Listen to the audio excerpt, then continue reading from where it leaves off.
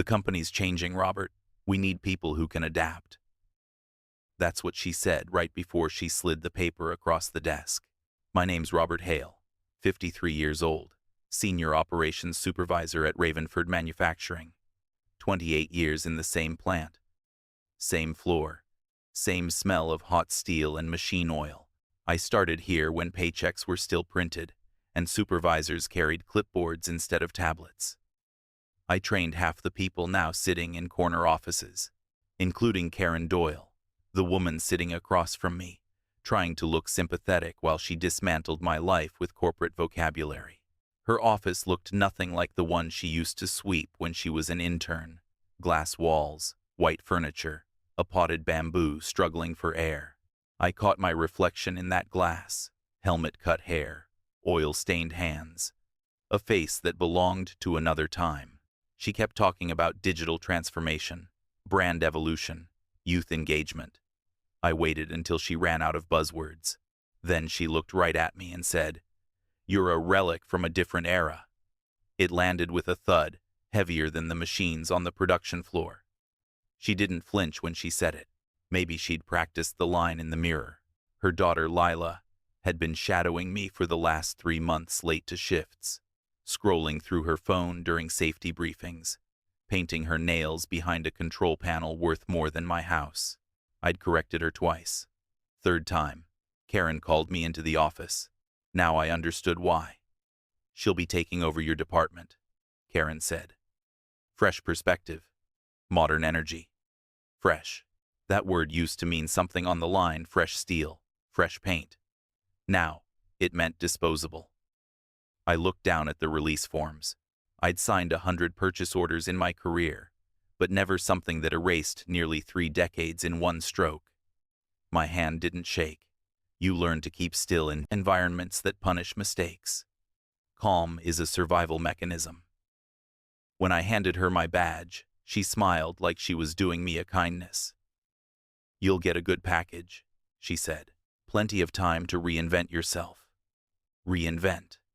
Another word that sounded like opportunity, but smelled like garbage. Outside the office, the factory roared the same as ever.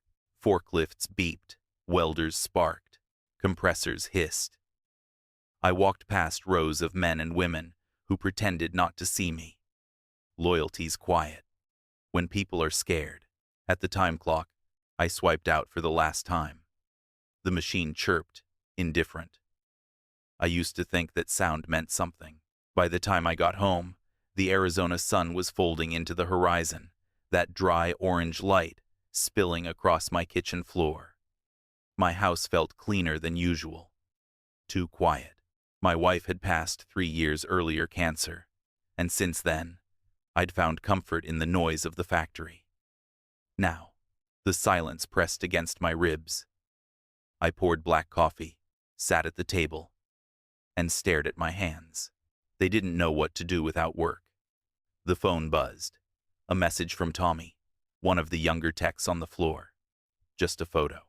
Lila sitting in my old chair, legs up on the desk, holding a latte in one hand and throwing a peace sign with the other. Caption read, "First day as the new boss." For a moment, I felt nothing. Then, something colder than anger slid into place. A kind of clarity. 28 years of precision work trains your mind to see systems leverage points, weak welds, stress fractures.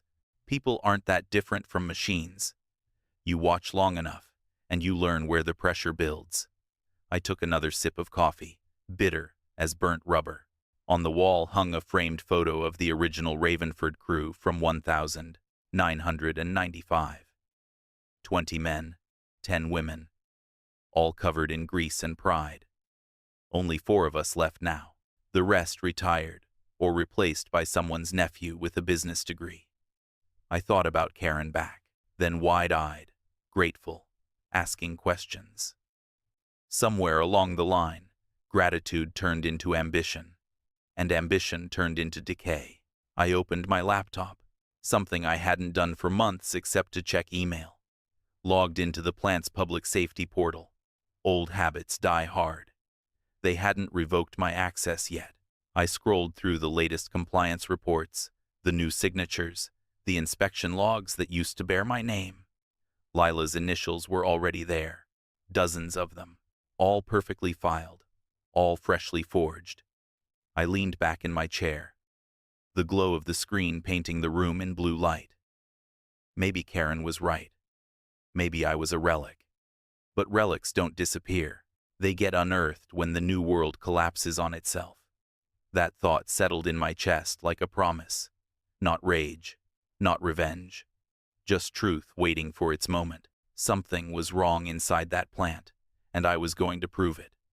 They called it a short-term consultancy, but everyone knew what it really was, a way to use my knowledge without admitting they needed me back. 2 weeks after being forced out, I walked through the security gate again, this time wearing a visitor badge instead of the one I'd earned over 28 years. The guard, a kid named Eric, gave me an awkward half-smile. "Good to see you, Mr. Hale." His tone carried that strange mix of pity and respect, like someone greeting a ghost. I nodded and stepped onto the production floor. The sound hit me first, presses pounding, conveyors humming, the rhythm I'd lived by for half my life. It felt the same, but underneath it was something offbeat, a small dissonance only someone like me would notice. Officially, I was there to audit safety compliance. The new management wanted clean paperwork for an upcoming inspection. Unofficially, Karen wanted me to make her daughter look competent. She greeted me in the break room that morning with the same bright, managerial tone she used on company investors. "Robert, so glad you could help smooth the transition. Lila's been doing great, but I want to be sure everything's up to standard before the regional board visits." She said it like we were partners. I smiled back and said the only thing that came naturally. "Always happy to serve, ma'am." The workers were different with me now. They still nodded, still said my name with a kind of reverence, but it was quieter. I could hear the whispers after I passed. "He trained her mom. They replaced him with her daughter." Everyone had heard the story. A few patted my shoulder. The kind of gesture that says, "We know, but we can't help you." I didn't need their sympathy. I wasn't here for that. I started my rounds the way I always had, methodical, detailed, clipboard in hand, even though everything was digital now. The place looked cleaner on the surface. Too clean. Safety tags all perfectly aligned. Equipment logs filled in neat handwriting. I knew instantly it was for show. Real work, leaves, smudges, ink blots, coffee stains, fingerprints. This looked like a display in a showroom. I opened one of the maintenance lockers near the hydraulic press. Inside, tools were scattered, unlabeled. No inspection tag in sight. The last recorded check on the clipboard was 2 months old, but in the database, it showed as inspected last week. The signature on the digital record? Karen Doyle. I checked the calendar on my phone. She'd been on vacation in Cabo that week. That wasn't a mistake. It was a cover. I kept moving, taking pictures with my phone when no one was looking. Faulty wiring on a control panel. Missing fire extinguishers. Unreported leaks under the cooling line. Each image went into a folder named Audit 2024. By the time I finished, I had over 100 photos. None of it shocked me. The factory I'd once trusted had been rotting from the top down. I just hadn't seen it clearly before. Now, I couldn't see anything else. At lunch, I passed Lila, holding court near the vending machines. She was laughing with 2 engineers, talking about how the old ways slowed productivity. "Dad says we're behind because of the legacy systems," she said. "Once we automate inspections, it'll be impossible to fake data." I almost laughed. The irony could have filled the room. She caught my eye and smiled, that polished social media grin. "Hey, Robert, you adjusting to the new system okay?" I told her I was managing just fine. That night, in my garage, I laid out the printed records beside the photos. The evidence lined up perfectly. Falsified inspections, forged initials, skipped procedures. I didn't feel triumphant, just focused. The same discipline that kept me invisible all those years, the documentation, the precision, was now the weapon that would make me seen again. Karen sent an email thanking me for my cooperation during this transitional phase. I replied, within a minute. Always glad to contribute. Short, professional, neutral. Then, I backed up every file onto a private drive. Before bed, I sat by the window, the hum of the refrigerator filling the silence. I realized I hadn't felt angry in days. The humiliation that had once burned in my chest had hardened into something sharper. Purpose. There was a rhythm to it, steady and mechanical, like the slow turn of gears before a machine comes alive. Something inside Ravenford was broken, and for the first time in my career, fixing it wasn't my job. It was my mission. Lila called it Team Morale Day, like we were all extras in some motivational video. The banners went up across the floor before sunrise, cheap vinyl, with slogans about unity and innovation. She strutted in an hour late, wearing designer sneakers and a company hoodie that had never seen a stain. Karen followed behind, clipboard in hand, pretending to take notes like this circus had been her idea all along. I stood near the loading bay, watching the younger workers gather around for the safety demonstration. It should have been routine: forklift drills, load limits, signal procedures. We'd done it 100 times before, but this time, Leela wanted engagement. She made one of the rookies drive while she filmed it for the company's social media. The kid, nervous and barely trained, hit the wrong lever. The lift jolted, swung, and a half-ton pallet came down sideways. The scream stopped everyone. I was the first to reach him, blood pooling near the wheels. His leg crushed, eyes wide like he was apologizing for something that wasn't his fault. We got the paramedics there fast, but the silence afterward hung heavier than any noise. The crew looked to Leela, waiting for her to do something. She just stared, pale, then turned to me and whispered, "Don't let anyone post about this." Her hands were shaking, but her tone was practiced. She knew exactly what mattered most: the optics. By noon, corporate statements were circulating. Minor incident, no lasting injuries. Leela had already uploaded a clip from earlier in the morning, her smiling in front of the same forklift, captioned, "Safety is our priority." I watched it loop from a phone across the break table. The same machine that had almost killed a man was now a backdrop for her self-promotion. I felt my stomach twist, not from anger, but from recognition. This wasn't incompetence anymore. It was corruption, dressed up as progress. Karen called a meeting that afternoon. HR, plant supervisors, a lawyer from headquarters. They called the accident a consequence of aging equipment. I sat at the far end of the table, silent, because I knew that machine. I'd inspected it 2 days before brakes, hydraulics, load chain, all perfect. It wasn't the equipment.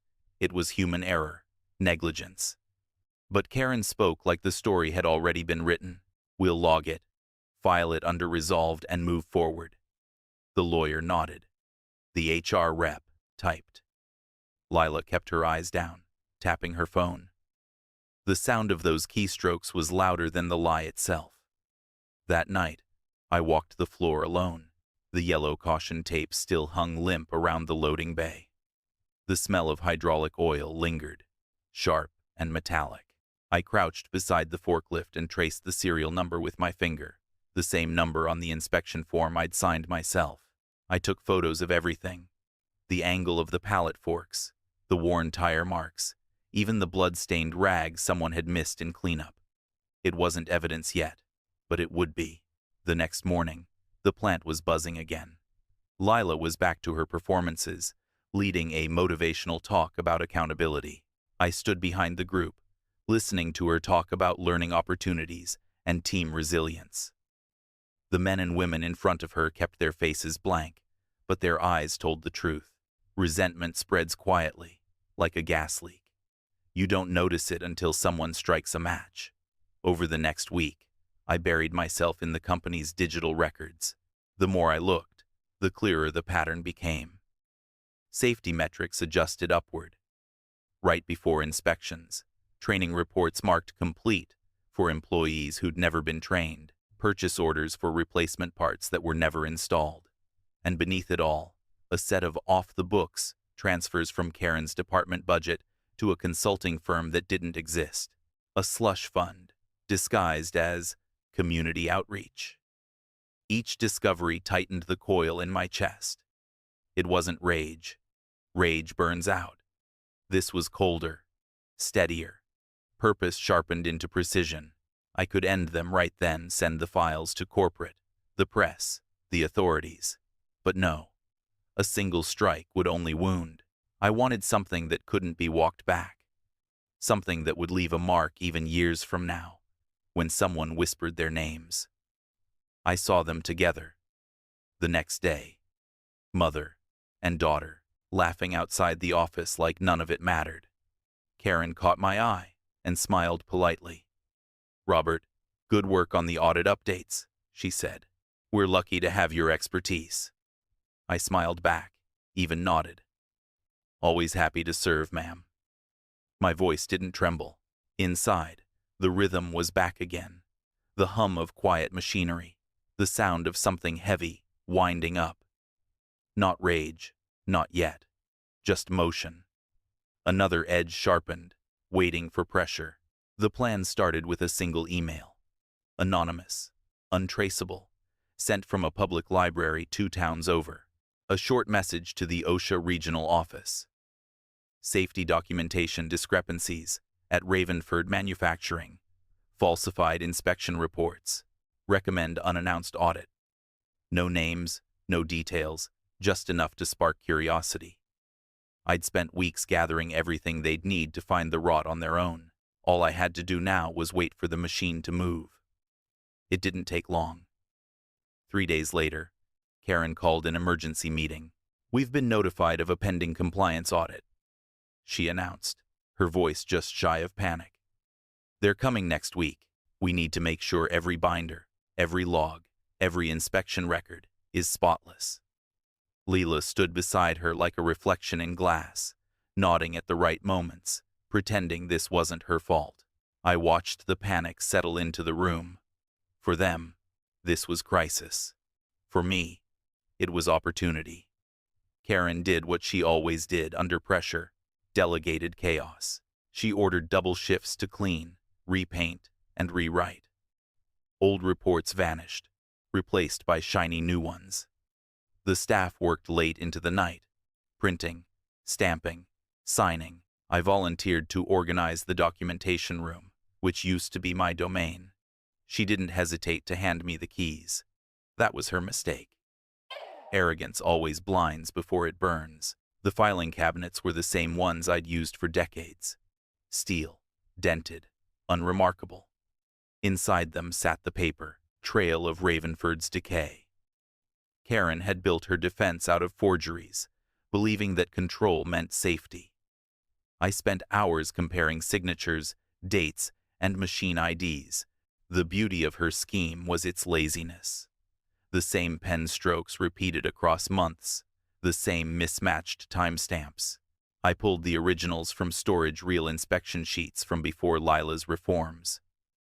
Then, I slipped the forgeries Karen had approved into their place in the main binder, every one of them bearing her daughter's initials. She'd signed her own downfall. I didn't forge a thing. I didn't need to. I just put her truth back in plain sight. By the time the auditors arrived, the building gleamed like a showroom.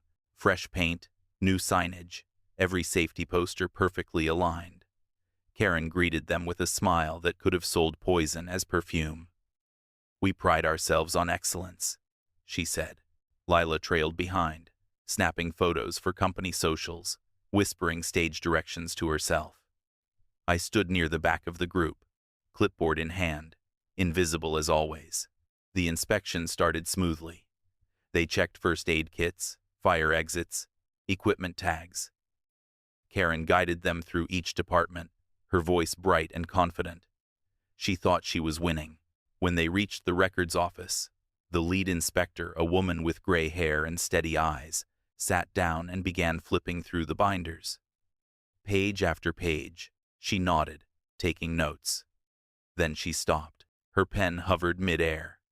She leaned closer, frowning. "These signatures," she said quietly. "They don't match the corporate compliance files." Karen froze, the color draining from her face. "I'm sure that's just a filing error," she stammered. The inspector turned another page. "This equipment ID doesn't exist in the database, and this certification expired 8 months ago." She looked up slowly. "Who signed these?" "Those are mine," Lila said quickly. "Well, some of them. I mean, I supervise the entries now." The inspector nodded, calm but cold. "Then you'll want to explain why your login credentials were used to backdate inspections on machinery your license doesn't cover." The air in the room thickened.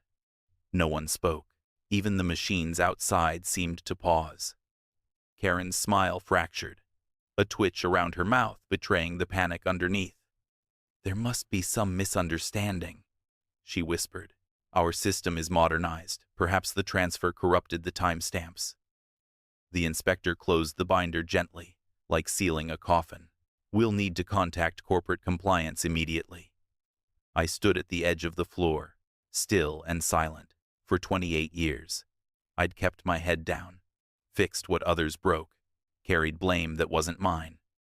Today, I let the truth speak for itself. Karen glanced toward me, searching for help, maybe mercy. I gave her neither. The inspectors stepped aside to make the call. Their voices were low, measured. Across the plant, word began to spread: auditors, investigation, falsified reports. The workers who'd been forced to stay late, polishing lies, now watched the spectacle unfold with quiet satisfaction. Karen tried to regain control, barking orders, telling everyone to stay professional. Lila's eyes brimmed, mascara smudging as she whispered into her phone. But there was no fixing this.